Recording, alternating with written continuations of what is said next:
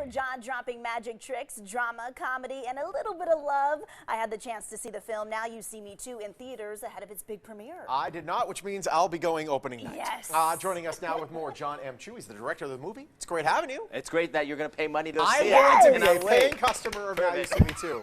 I look forward to seeing this on Box Office Mojo. Yeah.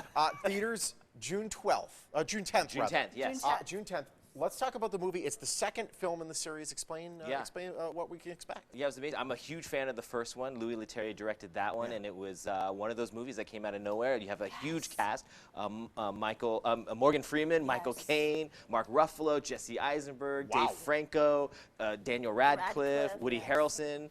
So it's a huge cast. And you need some A-listers. I know. I know.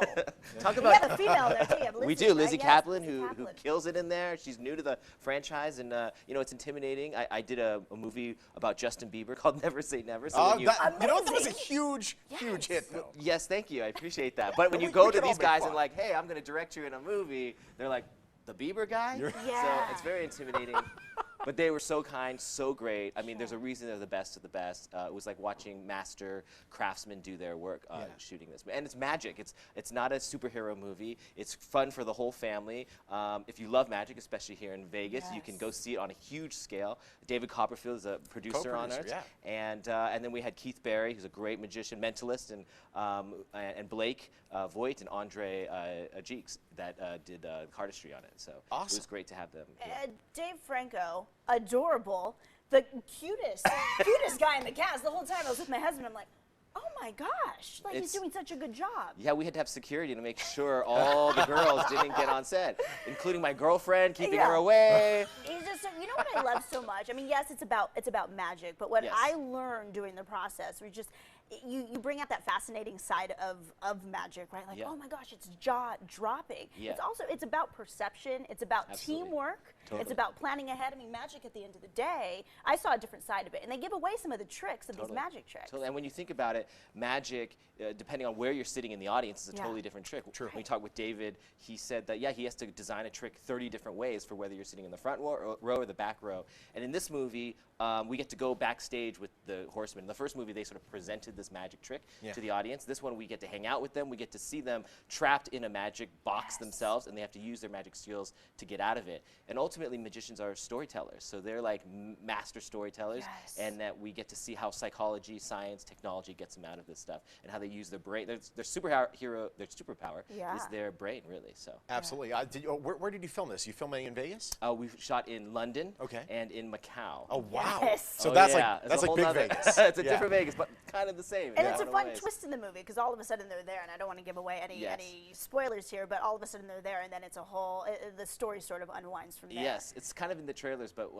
there's always that old story of when you can dig a tunnel to China, and this one they go into a tube and end up in China, and you don't know how they do it, and we get to go back and show you how really it's actually done. And we try to do as much magic in the movie real as possible, so that it wasn't visual effects doing everything. We tried to train the actors, we put them in magic camp, and it took a lot more time and energy and money to actually pull that off. But for a movie, we want to prove to the audience that we're doing this in real time. And having Lizzie in the film, I know there was also a female in the first film, and they changed up the female lead, but is it, as a director, is it something that you have to be cognizant of to say, you know what, I need to have a strong female lead in this film? Because there is one line where she says something like, did you ask all the other guys that about being able to ride a motorcycle? You know, and I thought, okay, feminist, I love that. She does that, and what was great is, you know, I'm coming into the franchise, and so I didn't really register that until we started writing these new pages, and actually, and we really wanted Lizzie to be a part of it, and we wrote it for her, and so the moment she was in it, and we were all in rehearsals, I'm looking around, being like, yeah, this is like a dude fest right now, which is fun. It's like a boys club, but at the same time, like, she rocked it. She shook it up, added spice. She made them was more crass, was funnier, and it made them off balance, and they had to like keep up. So seeing Woody try to like be funnier, be dirtier, be crasser, it was like a really fun. And I think the audience, when you watch the movie, you feel that that energy. I certainly do, and that's the first time at the viewing party. There was a room full right here in Vegas of magicians. So that was the first time I really heard a crack in laughter. It was when she got on the screen. Everyone was like, ha ha ha, and I was like, yes. And she's what they call geek magician who loves blood and guts. So like things are always being chopped off of her, or illusions of like head being chopped off. pop. So it was always gross and weird, which was always fun. Yeah, of course. The kids will love it. I'm looking forward to seeing it. She's been raving about it. Okay. Congratulations, Thank you. and we look forward to seeing more. And fight on, USC, Trojan. That's right. That's right. Right here. I'm not part of this fraternity or sorority or the Horsemen. Now You See Me Too. It appears in theaters June 10th. For more about this thrilling film, the website NowYouSeeMe.movie.